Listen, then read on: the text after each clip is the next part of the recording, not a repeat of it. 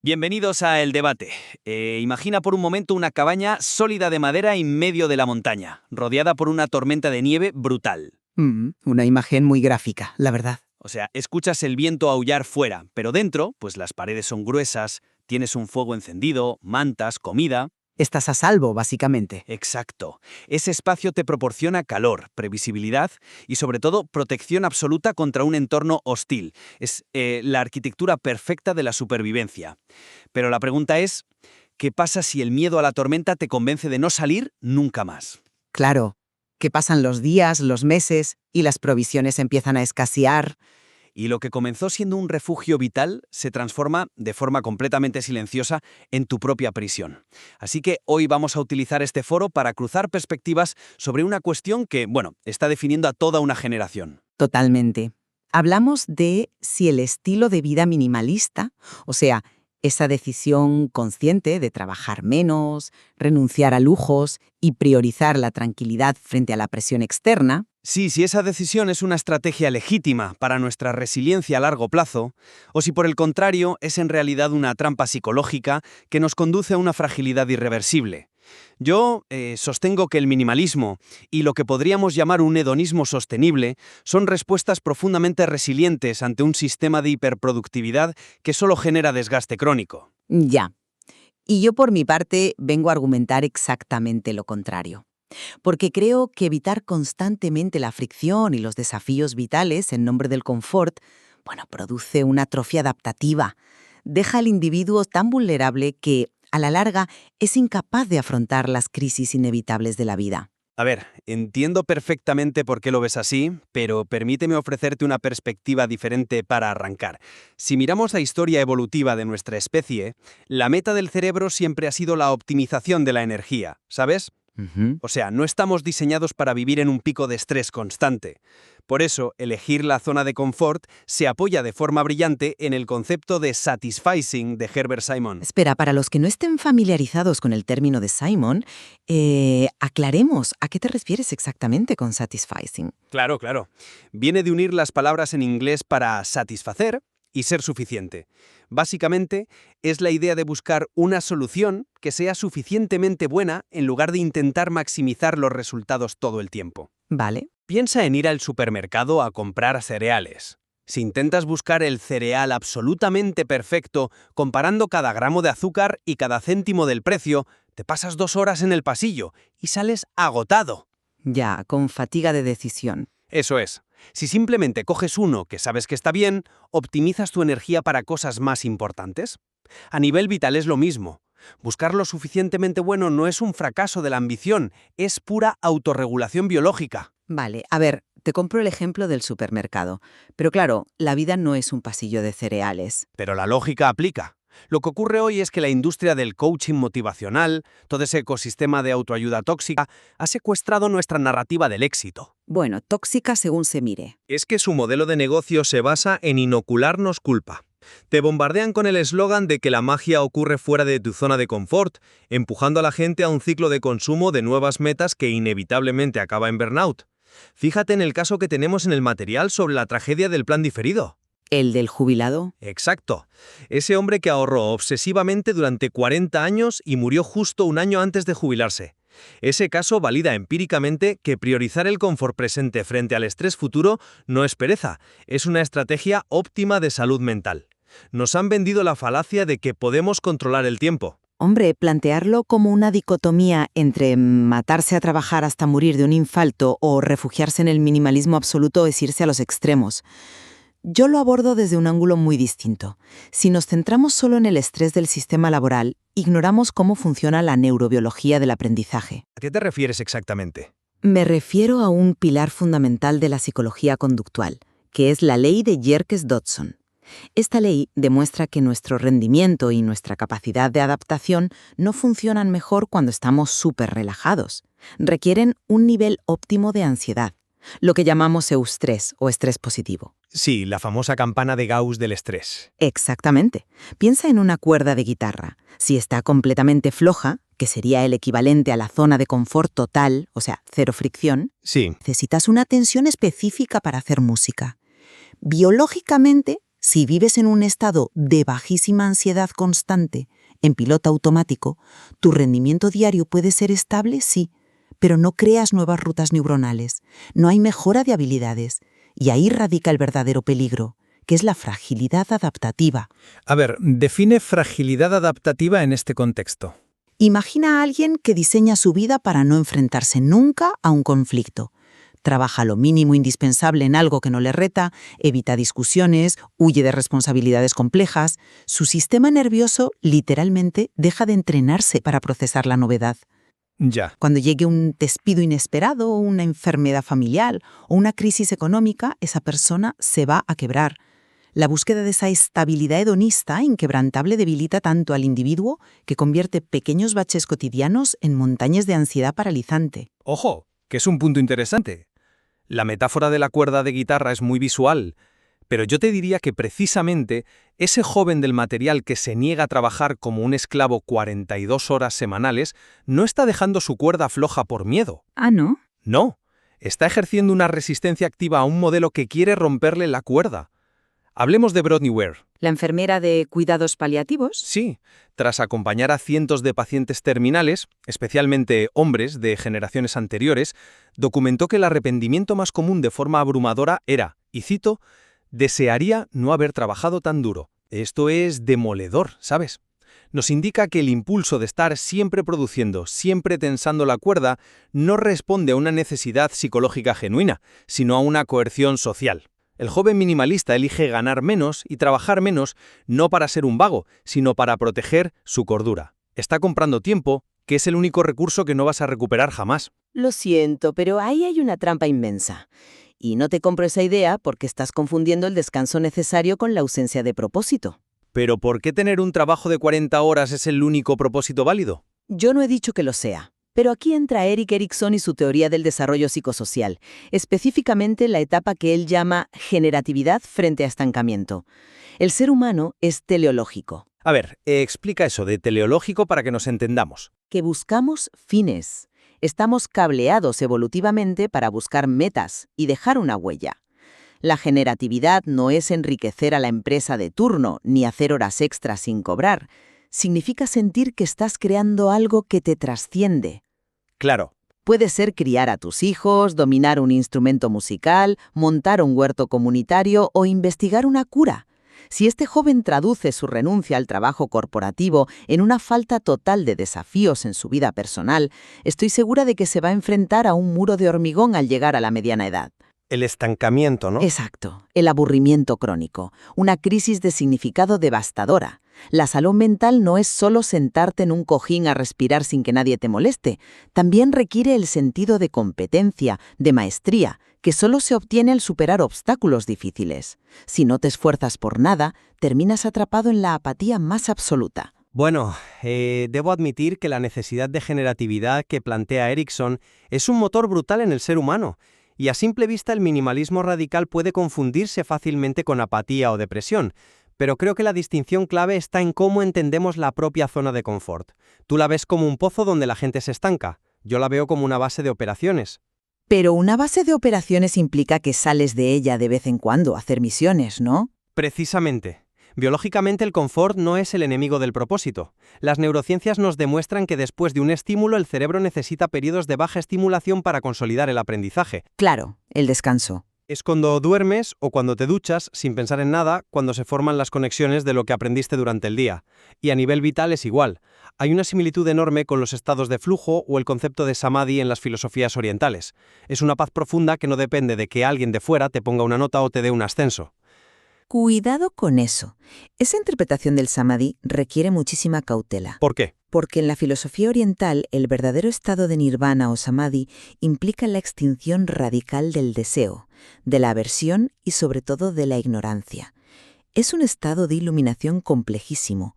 No es simplemente apagar el móvil, tumbarte en un sofá cómodo y decir «¡Qué paz! Hoy no me aguanta mi jefe». Ya. Eso no es iluminación. O sea, eso es evitación. Vale, puede que el término oriental suene pretencioso en este contexto, te lo concedo. Pero quédate con la idea de las microjubilaciones.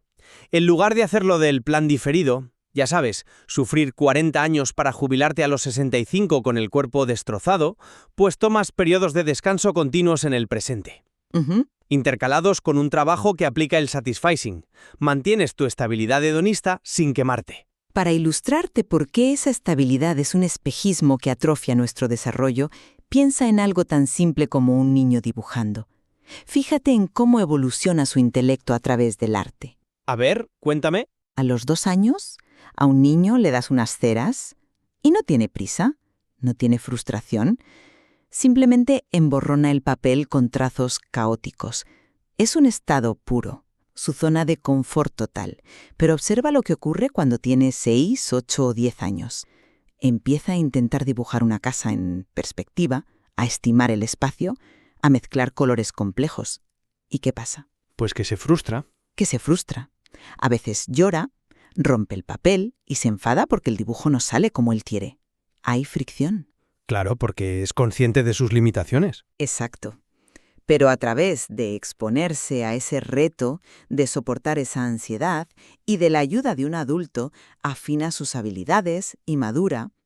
Si en la edad adulta tomamos la vía del minimalismo extremo por miedo al fracaso y decidimos dejar de mezclar colores nuevos a nivel social o profesional simplemente para no frustrarnos, paralizamos nuestro desarrollo. Es como si prohibiéramos a un chaval de 10 años usar más de un color para que no se agobie. Es una imagen preciosa, la del lienzo, la verdad. Pero fíjate que creo que juega exactamente a favor de mi argumento. Así. Sí. Y te lo vinculo directamente con la neuroplasticidad del cerebro. El mito de que perro viejo no aprende trucos nuevos está completamente desmentido por la ciencia moderna. Sabemos cómo funciona. Las neuronas que se disparan juntas se conectan juntas. Cierto. Y esa neuroplasticidad, esa capacidad de recablear el cerebro, dura hasta el día de nuestra muerte.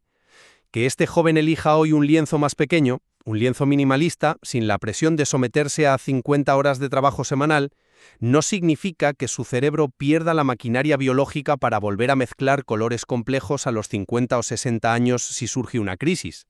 ¿Estás seguro de eso? Porque la plasticidad sigue ahí. Sí, pero si no la usas, las conexiones se podan. Es el principio de úsalo o piérdelo. Se podan las conexiones específicas, claro, pero la capacidad de crear nuevas se mantiene si cultivas una mente curiosa. Puedes elegir la paz durante una década para leer, pasear o criar a un hijo sin estrés.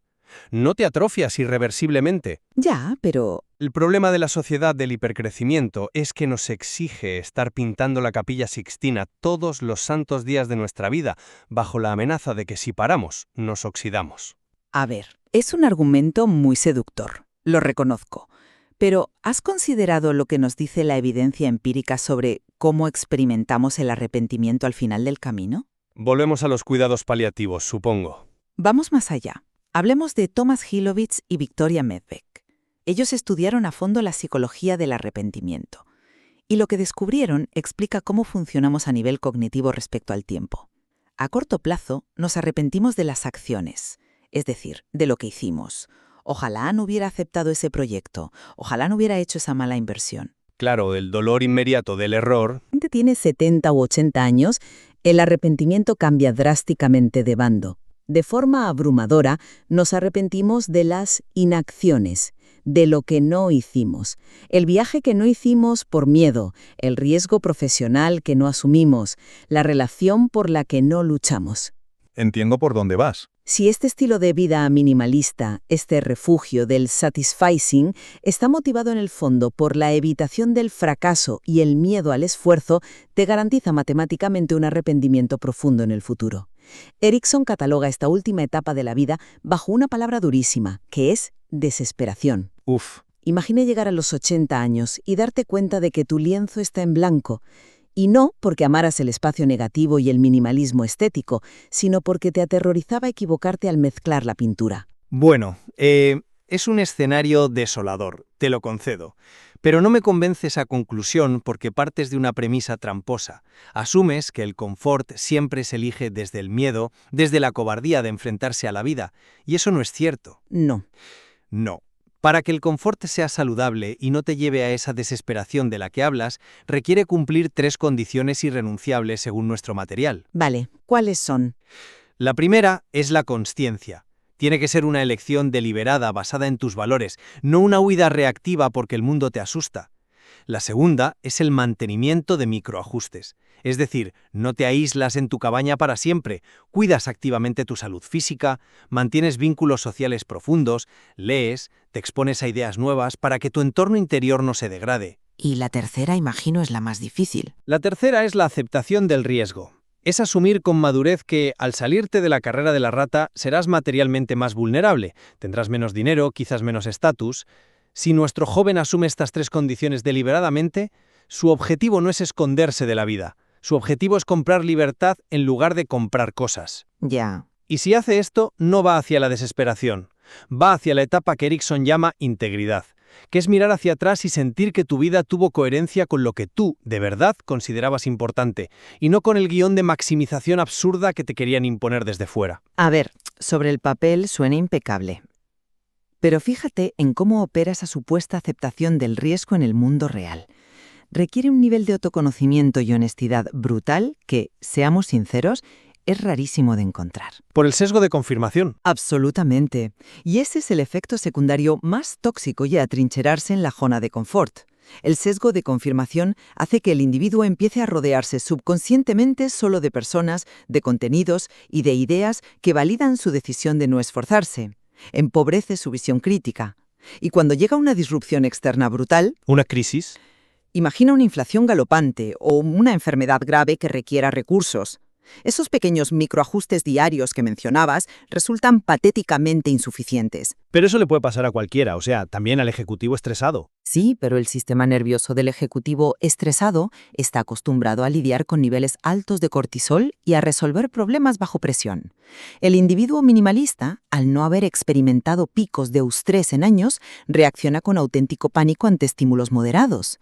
Mira, yo reconozco totalmente que el descanso es vital y que vivir esclavo de una jornada interminable es destructivo. Pero la biología humana demanda resistencia, exige adaptación a la fricción. La renuncia sistemática al desafío, por mucho que la disfracemos de minimalismo consciente, corre el grave riesgo de atrofiar nuestra resiliencia ante un mundo que es, por naturaleza, caótico e impredecible. Yo lo que sigo viendo de fondo en tu argumento es que tratas la vida como si fuera exclusivamente un campo de entrenamiento, como una larga preparación táctica para sobrevivir a las catástrofes futuras, olvidando por completo habitar el presente. O sea, la vida no es un ensayo, es la obra en sí misma. Nadie dice que sea un ensayo, pero la supervivencia es la condición previa para poder disfrutar del presente. Claro, pero volvemos a la tragedia del plan diferido. Apostarlo todo a prepararte para el futuro, ignorando si el presente es siquiera habitable para ti, es la mayor fuente de sufrimiento de nuestra época. Frente a eso, hay un concepto maravilloso que es la eudaimonía. Sí. No es el hedonismo barato de beber cócteles en la playa, es hallar el bienestar profundo a través de un propósito dictado por ti mismo, no por la urgencia social de tener más estatus. Optar por el confort de forma consciente, asumiendo que tendrás menos red de seguridad material, pero más paz mental diaria, a mí no me parece ninguna atrofia. Ya es otra forma de verlo. Me parece una demostración de una resiliencia emocional profundísima frente al ruido ensordecedor del mundo moderno. Bueno, creo que, llegados a este punto, ambos podemos converger en algo muy revelador. Ninguno de los dos cree que la zona de confort sea intrínsecamente mala. Desde luego que no. No es el demonio que cierto coaching agresivo nos quiere pintar. Exacto. Es un estado neurológico vital para consolidar el aprendizaje y recuperarnos del agotamiento. El verdadero peligro, y en esto creo que estamos de acuerdo, subyace en la inconsciencia. El problema real estalla cuando nos refugiamos en esa zona de confort de forma reactiva, impulsados por el miedo cerval a la incertidumbre y a la frustración, en lugar de elegirla libremente como un paso estratégico dentro de una vida con significado. Totalmente de acuerdo. El debate de hoy nos obliga a mirar al espejo y reflexionar sobre la tremenda complejidad de este equilibrio. Todos tenemos un deseo absolutamente legítimo de encontrar habitabilidad en el presente, de no sufrir por sufrir. Claro. Pero a la vez, tenemos la responsabilidad hacia nosotros mismos de mantener nuestra capacidad de adaptación ante un futuro que no controlamos. La clave no es rechazar el confort, sino ser brutalmente honestos sobre por qué permanecemos en él. Así es. Invita a evaluar si nuestra propia vida minimalista o nuestras pequeñas renuncias obedecen a una elección valiente de autonomía, o si es solo la inercia del miedo disfrazada con una estética muy cool. Y es precisamente esa evaluación íntima la que te toca hacer a ti que nos estás escuchando. Volviendo a la imagen con la que empezábamos, esa cabaña en medio de la tormenta de nieve es sin duda el mejor lugar del mundo para entrar en calor, descansar y curar las heridas. Pero la gran pregunta que te debes hacer es: ¿cuándo sabes que ha llegado el momento de abrir la puerta y volver a pisar la nieve? Gracias por acompañarnos, nos escuchamos en la próxima entrega del debate.